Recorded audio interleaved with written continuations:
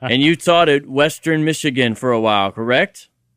For a half century. How about that? Wow, not bad at all. You want to tell our listeners anything else about you? Your website there is paulmaier.com. That's PaulMaier. Maier. There's even a smartphone app you've got. So you got some good stuff. I encourage people to check that out. So today we want to talk about Jesus and archaeology. Explain the topic, how that's relevant to New Testament studies, and then drop some knowledge bombs on us, Dr. Maier. Jesus and archaeology. Okay, first of all, there's been so much junk published on Jesus recently. You know, it hardly seems a Christmas or Easter goes by that there's not some new put down on the life of Jesus. Like he never lived, for example. That's one of the easiest cop-outs of all. I think, the critics who don't want a good debate with a Christian apologist simply use that shortcut. Hey, why debate something that never existed? Which, of course, is simply idiocy. I think anybody who, again, shares that view seriously should get the services of a psychiatrist. I'm serious on that. You debated Dan Barker on that topic, didn't you? I sure did. University of Wisconsin. I couldn't believe it. Well, he was still a semi-believer in those days, but now he's come out full-fledged against the fact that Jesus was a historical personality. Well, this is so tomfoolish. I mean, what can I say? It's very much like Holocaust deniers today. You know, there are people who, despite the evidence, despite all the corpses lined up 8 to 10 thick, and Eisenhower's fortunate advice to his photographer, quickly take these pictures. Someday they're going to deny this. How did I know that? And they are denying it. I mean, there's Holocaust deniers. Oh, love to use local examples. And there are also people who claim we never walked on the moon. It was all filmed in the Arizona desert outside of Phoenix. Oh, really? I didn't know that's where they did it. Oh, yeah. It's close to Sun City, I think. There's really nothing to do with, you can't counter invincible ignorance. So we're going to proceed beyond that. But most of the critics will say, yeah, there was a Jesus, but he's not whom the church has taught you to believe in. He's a totally different character and personality. Example, just a week before New Year's, the Washington Post published a big article by Raphael Lataster from Australia. And he says he wrote a book called There Was No Jesus, There Is No God. So it kind of, tells you where he comes from. And that crew is still alive. There's a blog on the internet called JesusNeverExisted.com. And so that tribe is around. But let's ignore them because it's really worthless argumentation. When we come to the life of Jesus itself, you find in so many cases bad and selective use of historical methodology. You will find very often the critics coming along and cherry-picking the evidence they want and denying the rest. And the neat thing, since to get to their topic about archaeology, is this one does an end run around all the two-bit objections that you find against the traditional life of Jesus as taught by the church. It's a marvelous end run. It's a beautiful one. It's the hard evidence from antiquity. It's the smoking gun from the past. It's the DNA evidence that will suddenly turn a trial on its ear. And that's why archaeology is so magnificent, a gift to the church, certainly by the Lord, this late in history, I think just in time to counteract the huge attacks that are being made on the Christian faith even as I speak. What are some good examples you'd like to share with our audience, Dr. Maier? Well, of course, you have that book of lies, the Da Vinci Code, by Dan Brown. Never mind that it's a novel. It's an amazing book in the sense that every time Jesus or the church or Christianity or Christ is mentioned, it's a lie, in whole or in part. I've never seen a book that bats 1,000% in reverse like that. Other critics, of course, like the omnipresent stentorian voice of Bart Ehrman, chairman of the religion department at University of North Carolina at Chapel Hill, brags about the fact that he's an agnostic or maybe an atheist. head of the religion department. How appropriate, very nice. Anyway, and his incessant books claiming that because of all the claimed errors in Scripture introduced by copyists, we have no idea what the original sources are like, and that's all ridiculous, because we have, in so many cases, some of the earliest Greek we have in the New Testament, the Ryland's Papyrus from P46, it's called, from 105 A.D., a flake of the Gospel of John discovered way up the Nile, and it reads just about exactly as the modern versions have it. You see, there are minor differences in spelling or word order or punctuation in the various manuscripts that have survived. I'm not denying that. Any pastor will show you his Greek New Testament as at the bottom of each page critical apparatus. But do these differences, these variations, amount to anything? And the answer is not one of them in any way affects any Christian belief, major or minor. So that's what we might call textual data, Dr. Maier. But what about bones and stones type stuff? I'm especially curious about that. Well, the bones and stones come through for us in flying colors, let me tell you. For example, stones. Now, back in the 1800s, when archaeology was first coming in, it had a hard time even getting a hearing from the critics, because they had made up their minds that, there's a new untried discipline, besides which is the results counteract my well-thought-out hypothesis and therefore must be wrong. Well, that's junk. Nobody would ever say that today. But they used to deny, for example, Jesus' existence. Yes, in the late 1800s they did also. And one of them, a critic named Bruno Bauer, for example, said that Jesus of Nazareth was not only not Son of God, he wasn't even a human being. He never existed. And anybody who claimed to have talked to Jesus is also vaporized into nothingness. So he would bring up Pilate. What did he say about Pilate and Josephus? Okay.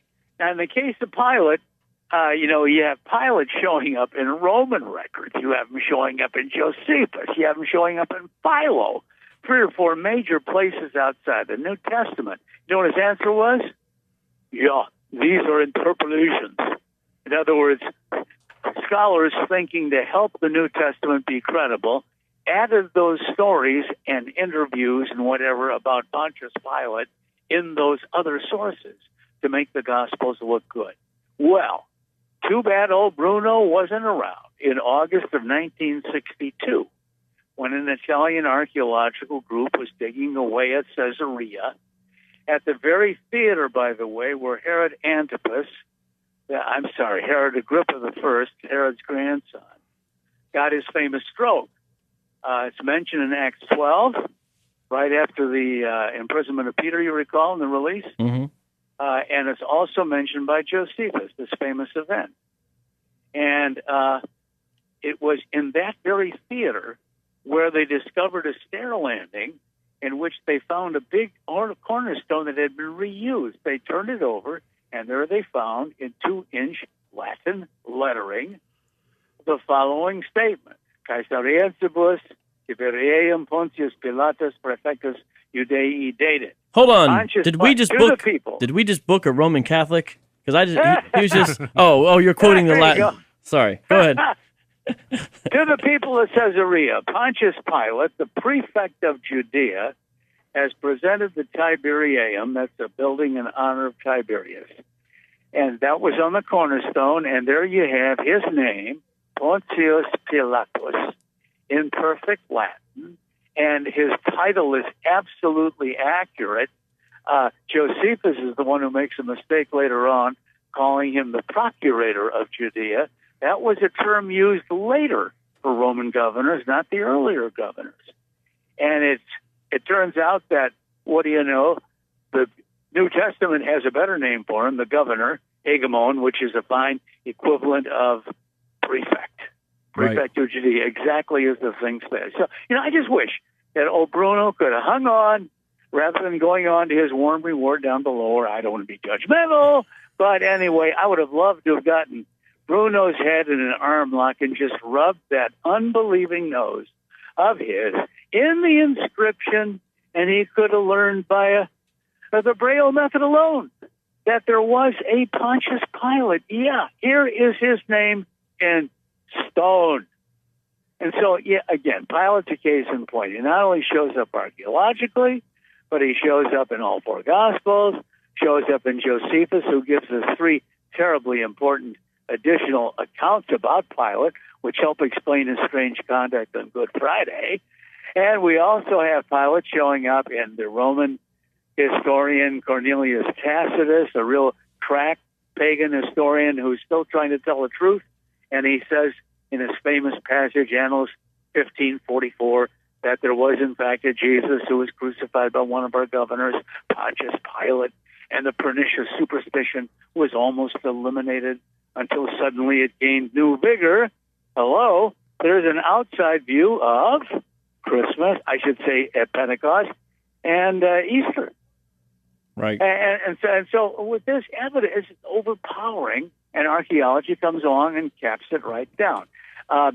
All historians will agree that in terms of rating the quality of evidence, the number one category of evidence that you have from the past is not manuscripts, is not somebody's view of what happened, but the actual things themselves.